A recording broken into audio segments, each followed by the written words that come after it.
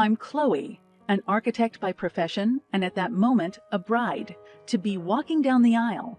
I had meticulously planned every detail of my wedding, from the flower arrangements to the playlist of songs that would serenade us through the night. I always imagined this day as a scene straight out of a romance novel where love conquers all. Jack, my fiancé, stood at the altar with a nervous smile. He was an engineer, logical and straightforward, the yin to my creative yang. I thought we complemented each other well, and I was elated to start this new chapter of life with him. But when our eyes met, I noticed he looked aloof, almost burdened.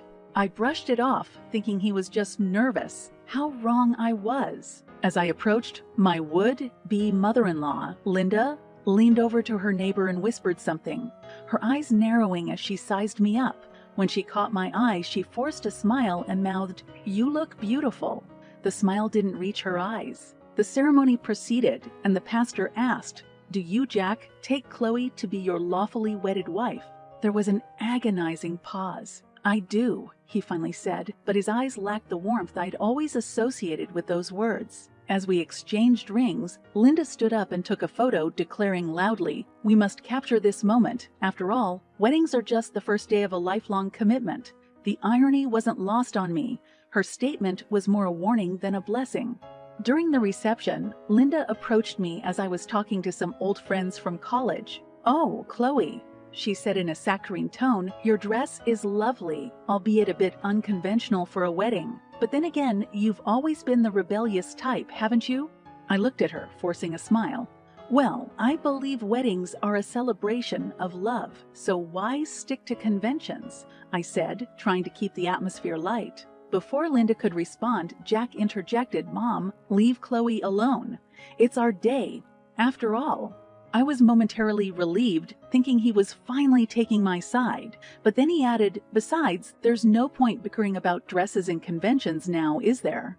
His words carried a resignation that shouldn't be present on what was supposed to be the happiest day of our lives. I looked around the room, searching for a familiar face, someone who could assure me that all of this was normal, that it was just the stress of the wedding making everyone act strangely. But deep down, I knew that wasn't the case. Something was fundamentally wrong, and the warning signs were too glaring to ignore any longer. As we took our places for the first dance, Jack held me at arm's length. Our bodies swayed in rhythm, but our souls felt miles apart. The song that was meant to be an anthem of our love seemed to mock me instead. "So, Mrs. Chloe, ready for forever?" Jack asked as the music died down, his words echoing in the cavernous space between us. If forever is like today, I thought, then I don't know.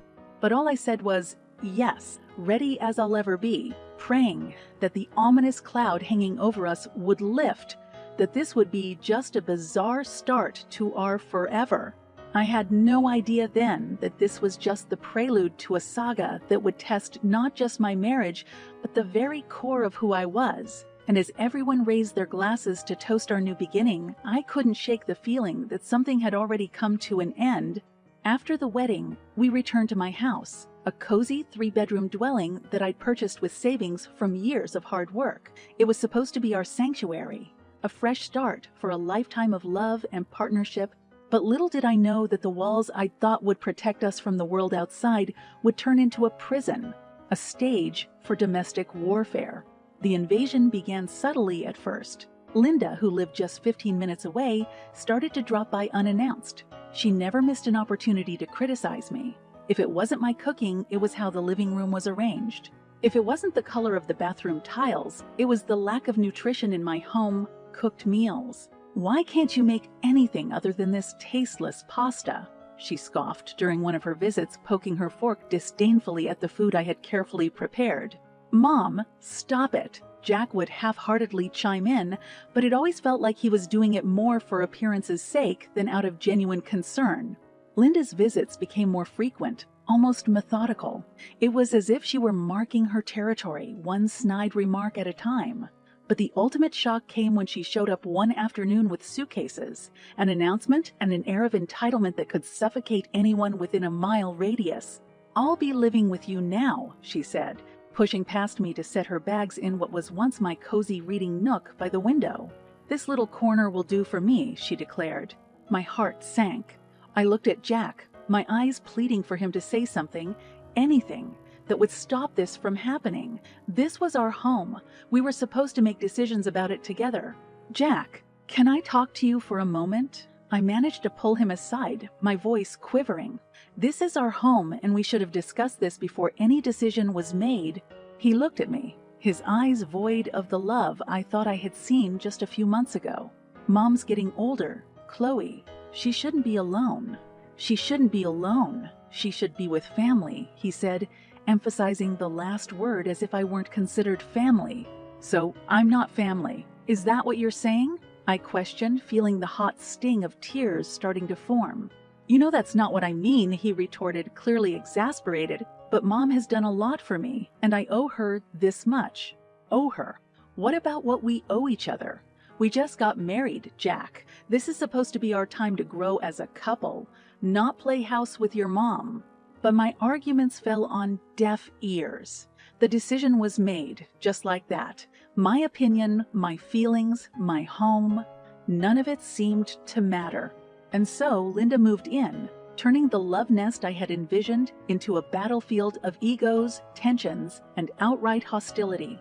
Every room in the house felt heavier, suffocated by her presence. I could no longer find a quiet corner to read, a peaceful moment to reflect, or even a loving glance from the man I thought I'd spend the rest of my life with. That's how I realized I wasn't just fighting for my marriage or my home. I was fighting for my identity, my dignity, and my peace of mind.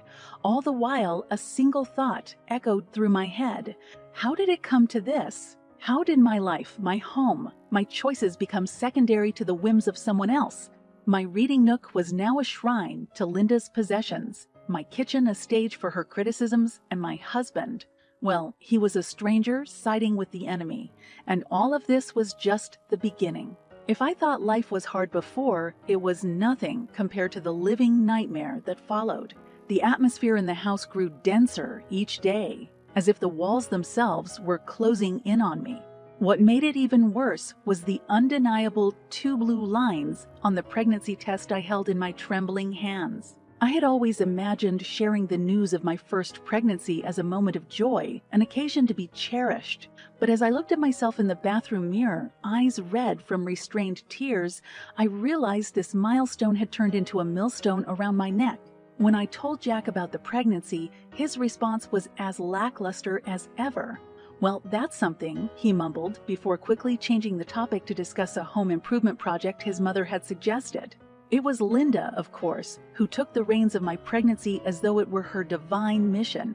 She began dictating my diet, my activities, and even the hospital where I would deliver.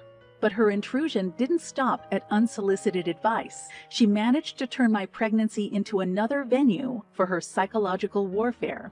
"You're eating again," she would say, her eyes darting towards the modest sandwich I'd made for myself. "Shouldn't you be careful about gaining weight during pregnancy?" "This is doctor recommended, Linda," I'd reply, mustering all the patience I had left. "Doctors these days don't know what they're talking about. Back in my time, we knew how to handle pregnancies," she'd counter. And so it continued. As the weeks went by, my energy waned, but Linda's expectations soared. She turned my home into her personal palace, ordering me to clean, cook, and cater to her needs as if I were a servant rather than a daughter-in-law. And a pregnant one at that. "Chloe, why haven't you vacuumed the living room yet?" She'd yell from her self-assigned throne, my old reading nook, where she'd spend hours scrolling through her phone or watching daytime TV. "I've been feeling really tired today, Linda." The doctor advised me to take it easy. I'd say, my voice tinged with desperation. "Tired? Pregnancy isn't an illness, you know." Jack, once again, remained conspicuously silent, his compliance deafening. The tension reached a breaking point during another heated dinner discussion where Linda decided to critique my choice of baby names. "That's a ridiculous name for a child. You might as well pin a kick me sign on his back for his entire school life," Linda jeered. "Enough is enough, Linda. This is my child, and I have a say in how to raise him or her," I snapped, my patience finally depleted. Oh, so now you're talking back to me. Linda's eyes flared, her voice escalating. Jack intervened, but not in the way I had hoped. Chloe, you're being emotional. Mom's just giving her opinion, he said. I looked at him, then at Linda, and then at the house that had turned into a nightmare. I felt trapped, humiliated, and utterly alone. I could barely recognize the woman staring back at me in the reflection of my tarnished wedding ring. A woman who was slowly losing everything she had once valued, her home, her dignity, and most devastatingly, her will to fight. And that's when it happened. The ultimate betrayal. Linda, filled with venomous triumph, looked me dead in the eyes and said, "If you can't handle a simple family discussion, maybe you shouldn't be a part of this family." And Jack, he said nothing. His silence spoke volumes, cutting deeper than any words ever could. It was in that moment I realized that my nightmare wasn't unfolding. It had already unfolded, and I was living in it. My life had become an unrecognizable maze of shattered hopes and suppressed sobs. I moved like a zombie through the rooms that no longer felt like my home. The baby inside me seemed to be the only living part of my existence, and I clung to that tiny spark of life as my last shred of hope. But even that was threatened one cold evening that marked my breaking point. We were having another one of those god-awful family dinners where tension cut through the air like a knife. I had spent hours on my feet, cooking a meal that I knew Linda would find fault with no matter how perfect it was. The meat was too dry, the potatoes were under-seasoned, each critique was a jab, each scoff a slap. I knew another one was coming, and I braced myself for it. But when it finally came, it was worse than anything she'd said before. "You really think you're fit to be a mother? If you can't even manage a household, what are you going to do with a baby?" Linda sneered. My heart sank into my stomach, each word a stab at my already fragile self-esteem. I felt my hands tremble, my eyes blur. But before I could say anything, Jack joined in, sealing my emotional fate. "Mom has a point, Chloe. You need to step it up. We're going to be parents soon." That was it. The final straw. A bolt of anger, mixed with a lifetime's worth of resentment and humiliation, surged through me. "Step it up! Step it up!" I shouted, surprising even myself with the intensity of my voice. "I am carrying our child for months, managing our house and putting up with relentless emotional abuse from your mother, and you tell me to step it up." Both Jack and Linda looked stunned, but I was on a roll, a volcano finally erupting after years of suppression. "I'm done.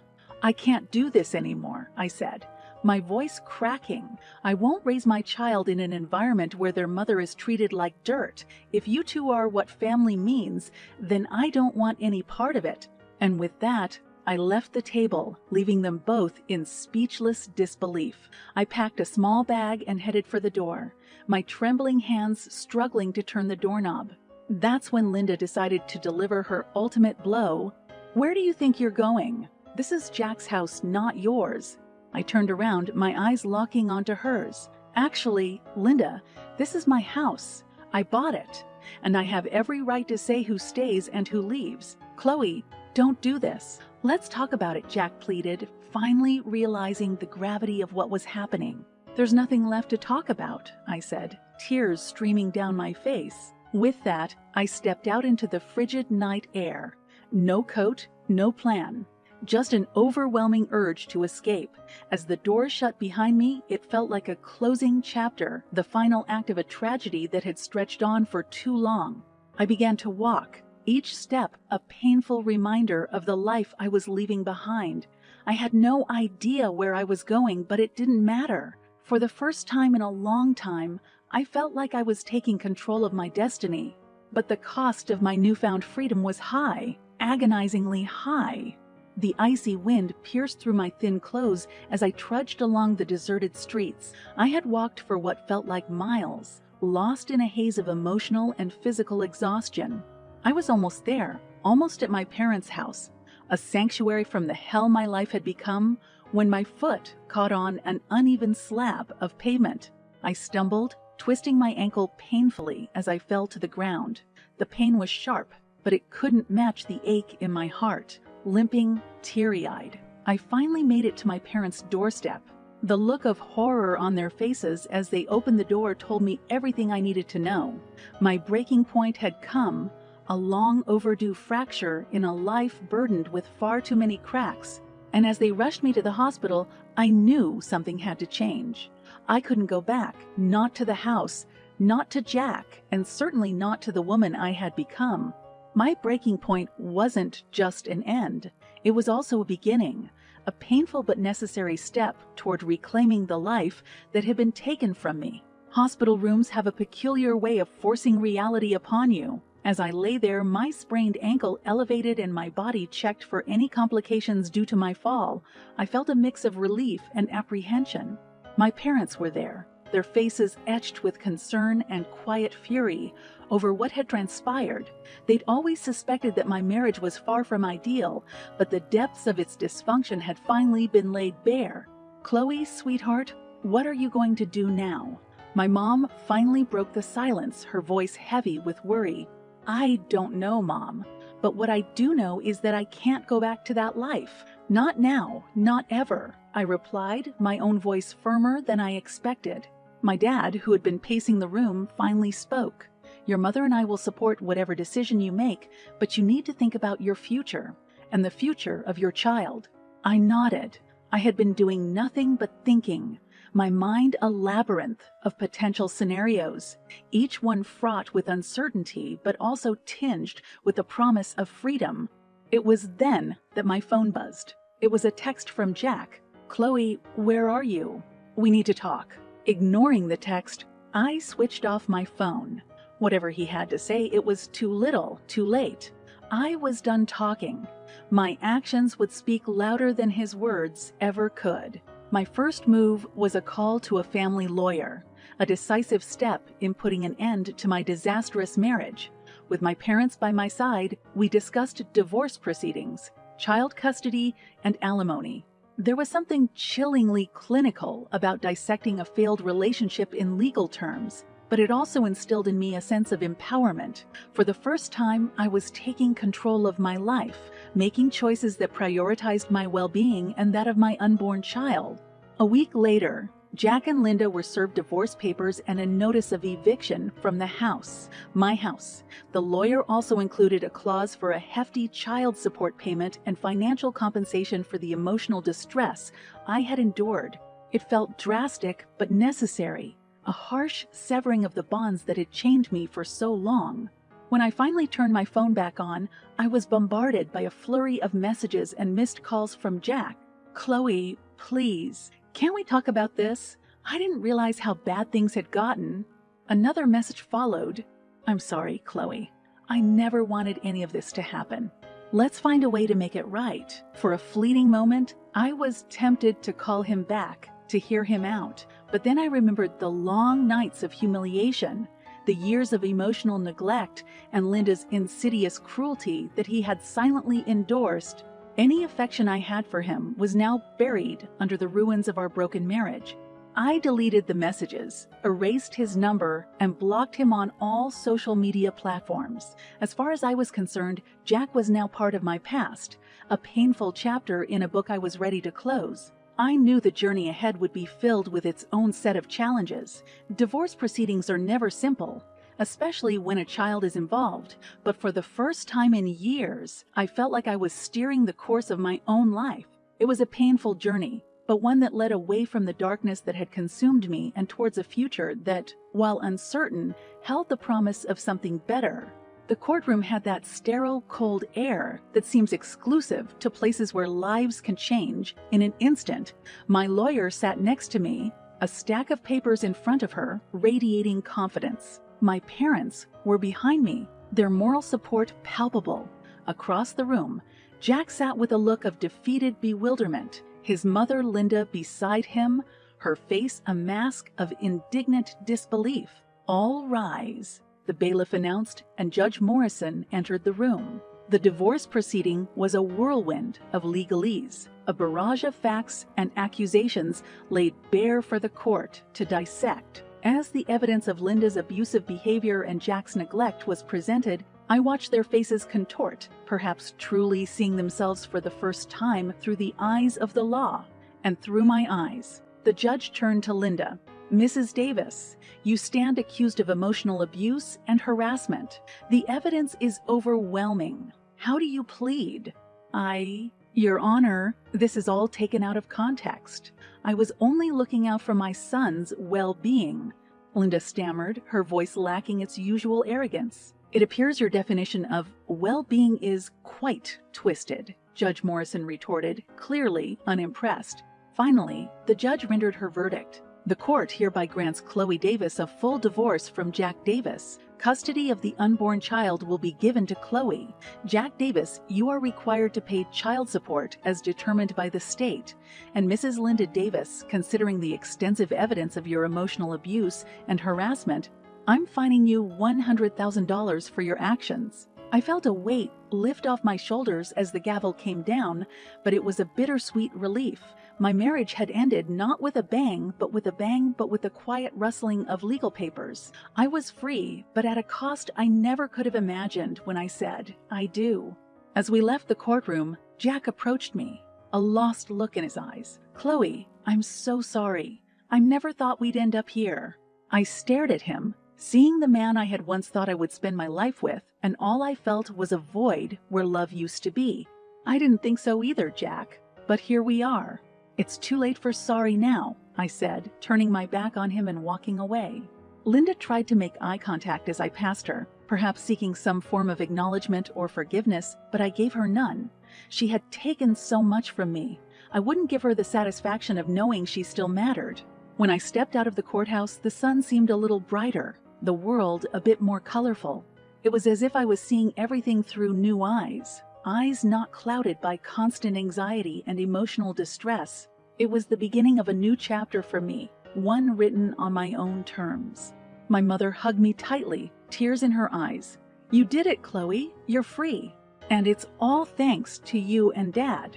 I couldn't have gone through this without your support, I replied, grateful beyond words. We'll always be here for you, Dad said, joining in the group hug. And for your new beginning. That night, I sat alone in my house, the house that was now truly mine, and felt a sense of peace settle over me. I was alone, but I wasn't lonely. For the first time in years, the only expectations I had to live up to were my own. I was still apprehensive about the challenges that lay ahead. After all, I was going to be a single mother with all the responsibilities that entailed. But as I touched my belly, feeling the gentle stirrings of my unborn child, I knew we would be okay. My painful journey had led me to this reckoning. And while scars remained, they were now a part of a story of survival, not defeat. I was ready for whatever came next, not because I had to be, but because I had to be, but because I chose to be. And that made all the difference.